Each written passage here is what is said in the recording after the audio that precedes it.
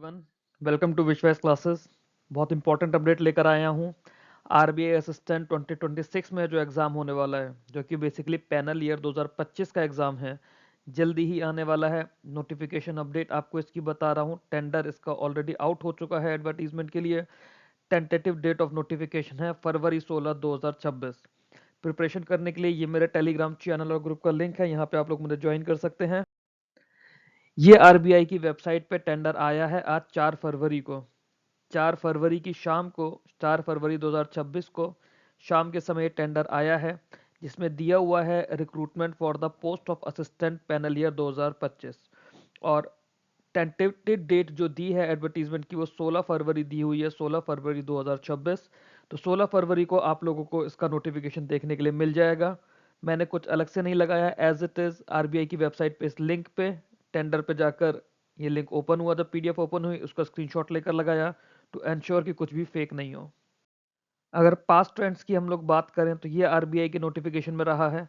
जब 2023 का नोटिफिकेशन आया था, डेट ऑफ नोटिफिकेशन से ही आपका अप्लाई होना शुरू हो जाता है। तो प्री के लिए 9 हफ्ते मिले थे प्रिपेयर करने के लिए। डेट ऑफ नोटिफिकेशन और एप्लीकेशन डेट 13 सितंबर थी। 4 अक्टूबर तक एप्लीकेशन फिल करने का टाइम था।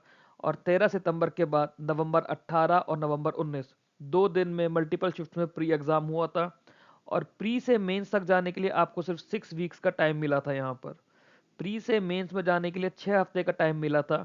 तो आप लोगों को मेंस की तैयारी भी प्री के साथ साथ करनी होगी। मेंस की तैयारी से मतलब है हमारा जीए का सेक्शन आप लोगों को साथ साथ ही करना होगा। जब 2022 का नोटिफिकेशन आया था तो डेट ऑफ नोटिफिकेशन और एप्लीकेशन डेट 17 फरवरी से शुरू थी। और यहाँ से आप देखिए प्री में पहुँचने के लिए आपको सिर्फ 6 वीक्स का टाइम दिया गया है। प्री में 6 हफ्ते का टाइम मिला था, और प्री से जब मेंस में गए तो यहाँ भी रफली 6 हफ्ते का ही आप लोगों को टाइम मिला है। 2020 का जब नोटिफिकेशन आया था, नोटिफिकेशन आने के बाद में कोविड आया था, लॉकडाउन लगा था। दिसंबर 2023 में इसका नोटिफिकेशन आया था, और यहाँ से अप्रॉक्सीमेटली 7 हफ्ते के टाइम में आपका प्री एग्ज़ाम हुआ था। तो नोटिफिकेशन आने के बाद करीब करीब 7 हफ्ते लगे थे। तो अगर हम लोग इसको ऊपर ऊपर से देखते हैं तो हमारे पास 6 से 7 हफ्ते का ही टाइम होगा। मेंस एग्ज़ाम 2020 वाले नोटिफिकेशन का नवंबर में हुआ था, बहुत ज़्यादा टाइम मिला था। रीज़न बीइंग कोविड की फर्स्ट वेव आई थी, लॉकडाउन लगा था, इस वजह से ये इश्यूज हुए थे। अदरवाइज अगर हम लोग देखें तो हमारे एग्जाम्स के लिए प्री के लिए हमें रफली 7 से 9 हफ्तों का टाइम मिल रहा है, और मेंस के लिए हमें करीब करीब 6 हफ्तों का टाइम मिल रहा है। तो इसका मतलब है कि अगर हमारे पास 16 फरवरी को अगर हमारा नोटिफिकेशन आता है तो प्री होने के चांसेस हमारे कब कब हैं।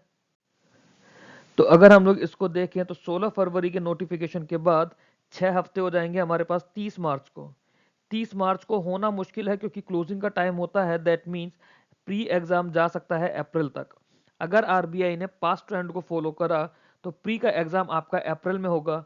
अगर अप्रैल में प्री का एग्जाम हो रहा है तो मई एंड तक आपका मेंस हो जाएगा। मई एंड तक आपका मेंस हो जाएगा। अब आप लोगों के पास एक ही ऑप्शन है, दैट इज पढ़ाई करना। पढ़ाई आप लोगों को करनी है, एग्जाम आप लोगों को निकालना है। कैसे निकालना है मैंने ऑलरेडी एक वीडियो में बताया हुआ है आप लोगों को। एक वीडियो में और आप लोगों के लिए पोस्ट करूंगा जिसके अंदर आपको day by day target provide करूंगा कि आपको डे बाय डे क्या क्या पढ़ना है दोबारा से। उसके अलावा जीए का सेक्शन आप लोगों का मैंने ऑलरेडी कराना शुरू कर दिया है, जिसमें स्टैटिक बैंकिंग और करंट अफेयर्स मैंने कराए हुए हैं। स्टैटिक जीके मैं अलग से आप लोगों के लिए वीडियो सीरीज लेकर आऊंगा डीप में। फाइनेंस रिलेटेड जो भी बैंकिंग अवेयरनेस है वो मैंने ऑलरेडी आप लोगों के लिए प्रोवाइड की हुई है। क्वांट्स के मैंने काफ़ी सारे वीडियोस आप लोगों को दिए हुए हैं। कंप्यूटर का मैंने पीडीएफ बना के ऑलरेडी ग्रुप में शेयर किया था, मैं दोबारा शेयर कर दूंगा। अगर आप लोग इनके आरबीआई असिस्टेंट के नोटिफिकेशन के लिए एक बहुत इंपॉर्टेंट डाउट जो बच्चे पूछते हैं मैं उन्हें क्लियर कर दूं। बच्चे मुझसे बाकी एग्जाम्स के लिए भी पूछ रहे थे कि क्या हम महाराष्ट्र से अप्लाई कर सकते हैं। आरबीआई असिस्टेंट में अगर आपने जिस भी स्टेट से अप्लाई किया है आपको उसी स्टेट की लैंग्वेज आनी चाहिए। एलपीटी आप लोगों का मैंडेटरी है। एलपीटी आरबीआई असिस्टेंट में मैंडेटरी होता है। बच्चों को एलपीटी में फेल किया जाता है। एलपीटी में बच्चे फेल होते हैं। मराठी में बच्चे बहुत फेल होते हैं, बंगाली में बच्चे बहुत फेल होते हैं। कभी आरबीआई के एग्जाम में एलपीटी को लाइटली मत लेना। वहाँ की लैंग्वेज पढ़नी लिखनी बोलनी आती हो तभी आप जाना। एटलीस्ट पढ़नी और बोलनी आनी चाहिए, सॉरी, पढ़नी और लिखनी आनी चाहिए।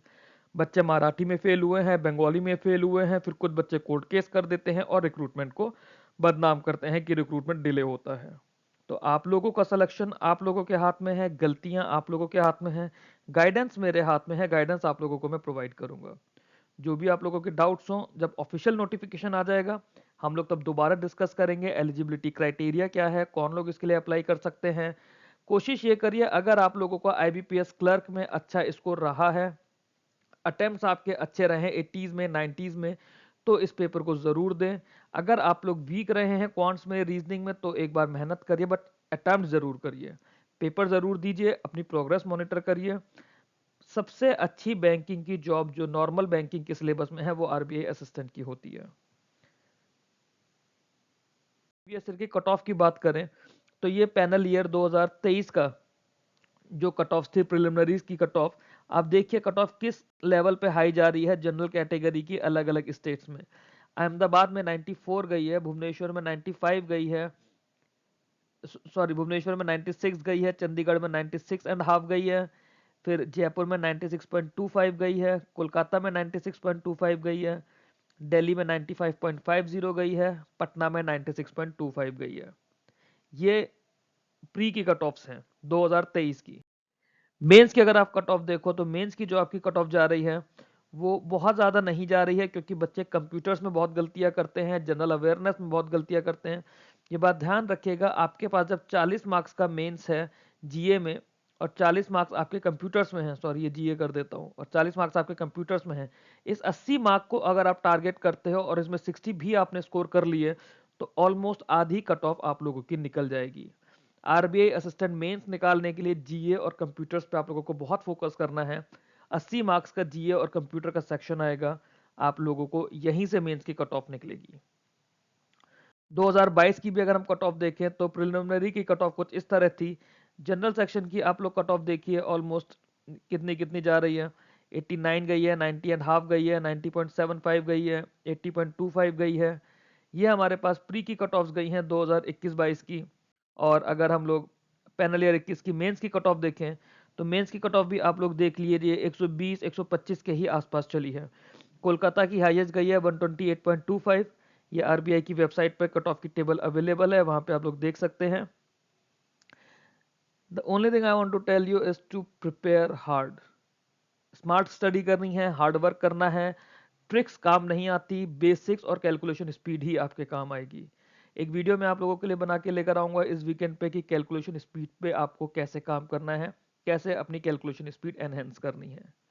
टिल देन टेलीग्राम चैनल के लिंक्स हैं, यहाँ पे आप मेरे से डिस्कस कर सकते हैं जो भी आप लोगों को आरबीआई असिस्टेंट के एग्जाम से रिलेटेड डाउट हो, जो भी आप लोगों को प्रिपरेशन स्ट्रेटजी से डाउट हो।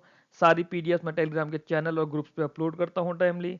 करंट अफेयर्स आप लोगों को मैं पूरा करा रहा हूँ, कंप्यूटर अवेयरनेस आप लोगों को मैं प्रोवाइड करूँगा। क्वांटिटेटिव एप्टीट्यूड मैंने आधे से ज़्यादा अर्थमेटिक करा दिया है, 2-3 टॉपिक्स बचे हैं जो मैं जल्दी ही आप लोगों के लिए लेकर आऊँगा। अच्छे से आप लोग तैयार करिए, कोशिश करिए कि इस ईयर का जो मोस्ट अवेटेड रिक्रूटमेंट है आरबीआई असिस्टेंट का उसको आप लोग फर्स्ट अटेम्प्ट में ही क्लियर कर लें। Thanks for watching this, stay tuned with me, keep learning, keep growing.